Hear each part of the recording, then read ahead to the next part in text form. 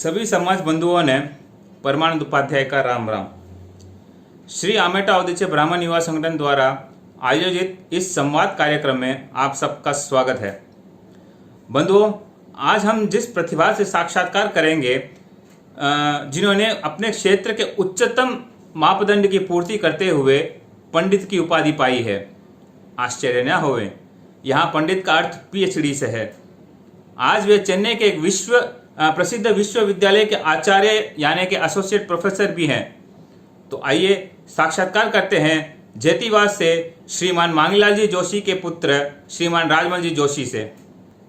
राजमल जी साहब, आपका बहुत बहुत स्वागत है संवाद के इस कार्यक्रम में। जोशी परिवार को लिए नमस्कार है। मेरा शुभ नाम राजमल जोशी, मेरा पिताजी का नाम मंगीलाल जोशी और माताजी का नाम गंगाबाई जोशी। हम मारवाड़ में जैतीवास बिल्लाड़ा के हैं।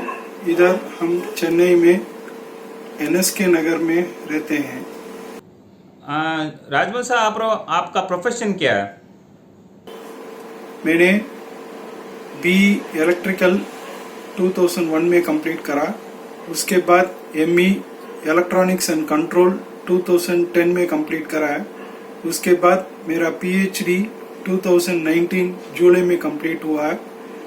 अभी मैं पनीमलर इंजीनियरिंग कॉलेज में इलेक्ट्रिकल डिपार्टमेंट में एसोसिएट प्रोफेसर रह रहा हूँ।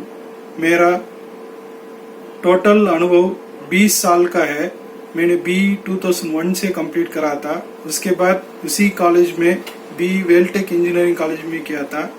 एमई सत्यभामा यूनिवर्सिटी में कंप्लीट करा था। पीएचडी भी सत्यभामा यूनिवर्सिटी में कंप्लीट हुआ था। उसके बाद मैंने 2001 से वेलटेक इंजीनियरिंग कॉलेज में लेक्चरर पोस्ट से शुरू करा था मेरे कैरियर। उसके बाद मैंने बहुत सी कॉलेज में काम करा हूँ। अभी फिलहाल मैं पनीमलर इंजीनियरिंग कॉलेज में लास्ट 10 साल से एसोसिएट प्रोफेसर डिसिग्नेशन में काम कर रहा हूँ और मेरा डिपार्टमेंट इलेक्ट्रिकल और इलेक्ट्रॉनिक्स में रहेगा। राजमल साहब, आपका इंटरेस्ट क्या है, आपका लाइफ गोल क्या है और यहाँ तक पहुँचने में आपको क्या क्या स्ट्रगल करना पड़ा है? मेरे पिताजी बहुत भी मेहनती आदमी थे। मैं समझ सकता हूँ, हमारे समाज वाले सब मेरे पिताजी को जानते थे। उन्होंने भी पढ़ाई कम ही करा था। उसके बाद उनका एक ही इच्छा था, मैं अच्छा पढ़ना चाहिए और मैं अच्छी तरह से कुछ भी लाइफ में सेटल हूँ। तो इसीलिए मैंने 10th 12th में अच्छा मार्क लिया था। उसके बाद 12th में मेरा मार्क आने से बाद गवर्नमेंट अन्ना यूनिवर्सिटी कैंपस में अप्लाई करा था। उधर से मुझे अन्ना गुड्डोट में बी वेलटेक डिग्री मिला था।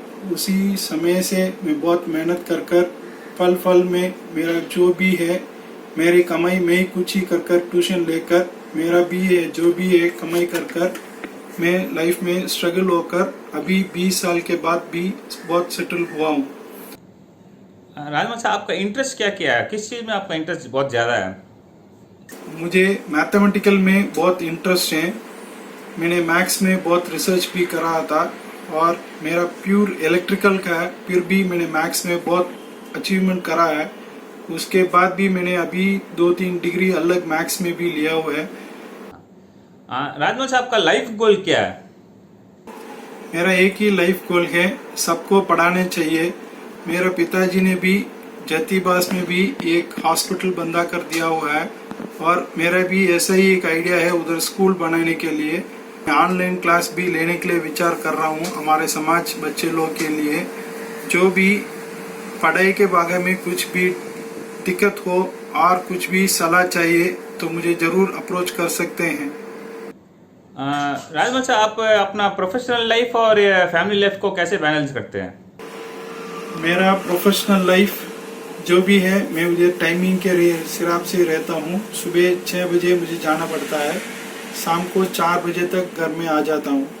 उसके बाद जो भी मेरी वाइफ है वो मुझे बहुत सपोर्ट करती है मेरे पढ़ाई के बारे में भी और मेरे बच्चों लोग भी बहुत अच्छी ध्यान रखकर मुझे कुछ भी परेशानी से नहीं होने तक, मेरा काम सफल होने तक वो भी मुझे इंतजार कर अभी हमने सब बच्चे लोग और मैं सब ने डिग्री खत्म करने के स्टेज में पधारे हैं।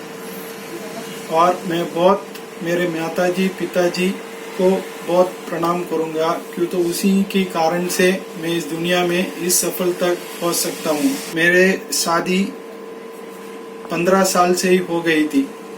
ये इसीलिए मैं आपको सब सूचना दे रहा हूं, क्यों तो आजकल के जनरेशन के लिए इतना प्रेशर भी नहीं रहता है।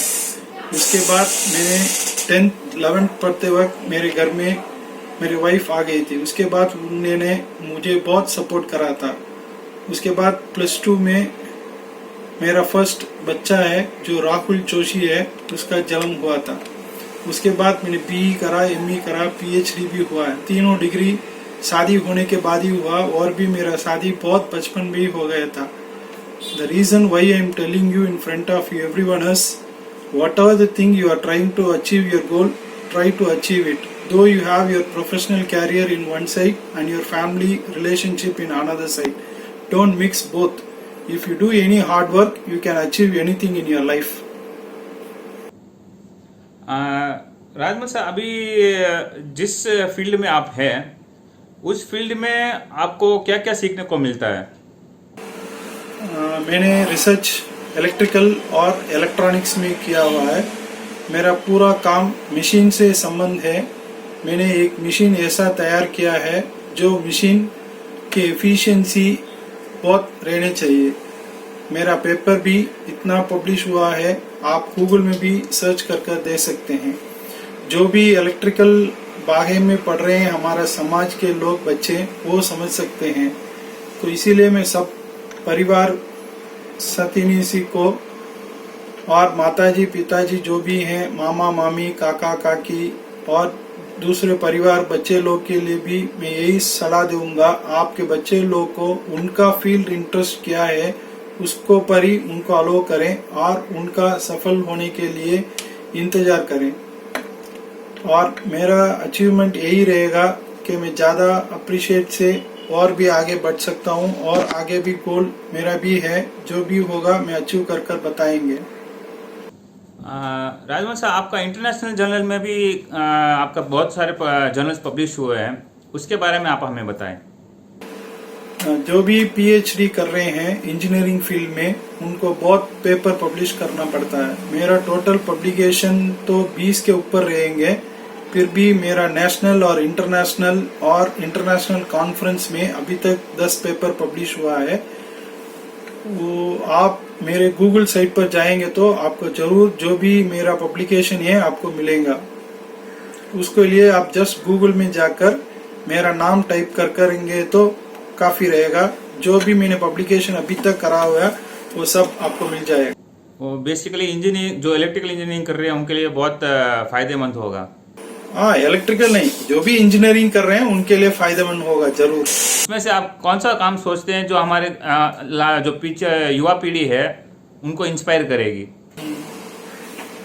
युवा पीढ़ी के लिए मैं एक ही बोलूंगा, आपको जो भी फील्ड इंटरेस्ट में है उसमें आप PhD करें। इलेक्ट्रिकल में इंजीनियरिंग में आकर PhD करने की जरूरत भी नहीं है। फिर भी इंजीनियरिंग में PhD करने के लिए आपको मिनिमम 7 साल से 10 साल भी लग सकता है, वो आपका इंटरेस्ट पर है। मैंने PhD 2012 में रजिस्टर करा था, उसके बाद 2019 में मेरा कंप्लीट हुआ। 7 साल लगेगा। इसमें क्या प्रॉब्लम है, तो आपका पेपर पब्लिश होना चाहिए, और उसके बाद आपका पेपर फॉरेन में जाना चाहिए, उसका एक्सेप्टेंस आना चाहिए। उसके बाद आप जो यूनिवर्सिटी में कर रहे हैं वो आपको अप्रूवल करना चाहिएगा।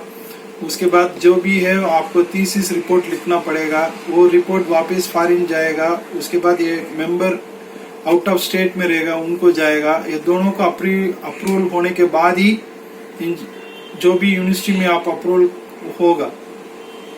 तो जो भी आप कर रहे हैं, आपको कुछ भी सलाह चाहिए पढ़ाई के बारे में और कुछ भी जानकारी आप ज़्यादा चाहिए, आप ज़रूर मुझे अप्रोच कर सकते हैं। मेरा ईमेल आईडी, मेरा कांटेक्ट नंबर जो भी रहेगा मैं इस ग्रुप में आपको समर्पित करूंगा बाद में। राजमल साहब, ये ब्राह्मण युवा संगठन द्वारा जितने भी आज तक कार्यक्रम हुए हैं समाज में, उसके बारे में आपका क्या कहना है? जो भी कार्यक्रम हो रहे हैं वो अच्छा ही है। फ्यूचर में मैं एक ही चाहूंगा, यंगस्टर्स को उसमें लाना चाहिए, तभी दुनिया में कुछ भी बदलाव रहेगा। जो फ्यूचर जनरेशन में है, जो भी अच्छा पढ़कर एक एक स्थिति में है, उनको समाज के लिए अलग एक ग्रुप बनाएगा और उनका भी सलाह पूछना चाहिए, क्या करना क्या नहीं करना है, समाज के लिए क्या अच्छा रहेगा फ्यूचर में। राजमल साहब, अगर किसी पीछे जो अभी जो हमारे समाज के यंगस्टर्स हैं उनके लिए कोई गाइडेंस चाहिए तो आप किस चीज़ पर उनको गाइडेंस कर सकते हैं? इस फील्ड में, इस फील्ड के रिलेटेड ही होगा तो गाइडेंस देंगे, या कोई भी रिलेटेड उस चीज़ रिलेटेड होगा तो आप उसको गाइडेंस देंगे? कुछ भी गाइडेंस पढ़ाई के बारे में चाहिए तो मैं जरूर कर सकता हूँ। वो इंजीनियरिंग रहने के लिए जरूरत नहीं, इंजीनियर रहेगा तो और अच्छा रहेगा, क्योंकि मैंने पूरा 20 साल इंजीनियरिंग फील्ड में रहा हूँ। मैंने पूरा लेक्चरर, असिस्टेंट प्रोफेसर ग्रेड 1 और अभी एसोसिएट प्रोफेसर हुआ। अभी 1-2 साल में प्रोफेसर भी जरूर बन जाऊंगा।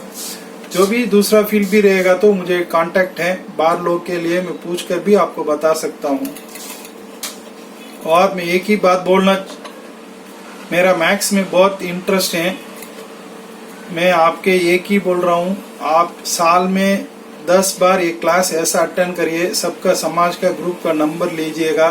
10वीं 11वीं 12वीं और कॉलेज में पढ़ रहे हैं उनका सबका नंबर लीजिएगा, मुझे फॉरवर्ड करिएगा। मैं ऐसा मैथ्स मैथमेटिकल टीच करूंगा जो उसके लिए कैलकुलेटर भी जरूरत नहीं है, पेंसिल पेपर कुछ भी जरूरत नहीं है, सिर्फ दिमाग लगाएंगे तो एक सेकेंड में हम सब कुछ कर सकते हैं। उसका बारे में मैंने पूरा पीपीटी भी रेडी करा हुआ, वो भी मैं आपको सबमिट करूंगा। आप जस्ट एक सैंपल फॉरवर्ड करिएगा सबको, तो उसमें बच्चे लोग के लिए बहुत इंटरेस्ट अपना पाएगा। अगर आपको एक चांस मिले कि आप समाज में कोई एक चीज़ का बदलाव कर सकते हैं तो क्या होगा? समाज में जो भी बड़े लोग हैं वो अलग तरीके से वो कर सकते हैं। जो भी अभी ग्रेजुएट हुए हैं और पीछे भी ग्रेजुएट रहेंगे और पहले भी ग्रेजुएट हो सकते हैं, सब उन बच्चे लोग को भी बुलाकर उनका इरादा क्या है, सोसाइटी में क्या बदलाव लाने चाहते हैं, उनको एक मेंबर बनाकर अलग रखे, उनका जो भी है सवाल हम पूछ सकते हैं। उसके बाद उसका एक मेंबर रखकर जो भी है हम दूसरा बच्चे लोग के भी गाइड कर सकते हैं जरूर। अगर आपका आगे मतलब इस तरह से क्लासेस लेने का भी आइडिया है या कैसे है? मतलब हमारे समाज के लोगों के लिए अलग से कोई क्लासेस लेने का आपका कोई विचार हो तो? हाँ जरूर, मैं लूंगा, इसमें कुछ भी दिक्कत नहीं है। जो भी क्लासेस आपको चाहेंगे मैं ले सकता हूँ, 10th 12th। और मेरा स्पीड मैक्स एक अलग ट्रिक का है, मैं आपको अभी समझ नहीं सकता हूँ। मैं जो भी है शॉर्टकट मेथड मैंने बहुत सीखा हुआ है मैथमेटिकल में भी, वो भी मैं आप बच्चे लोग के लिए जरूर सिखा सकता हूँ। मैंने अभी तक समाज में ऐसा इंटरेक्ट नहीं हुआ है, तो यही पहले बार मौका मिल रहा है, जरूर मैं आप सच समाज बच्चे लोग के लिए करूँगा। राजमल साहब, आपने अपने विचार हमारे साथ शेयर किए, उसके लिए आपका बहुत बहुत धन्यवाद। अब परिवार वालों, मामा तरफ से मामा मामी काका काकी और बुजुर्ग जो भी हैं, मेरे छोटे भाई बड़ा भाई जो कुछ भी है, सब तरफ से मेरा प्रणाम रहेगा।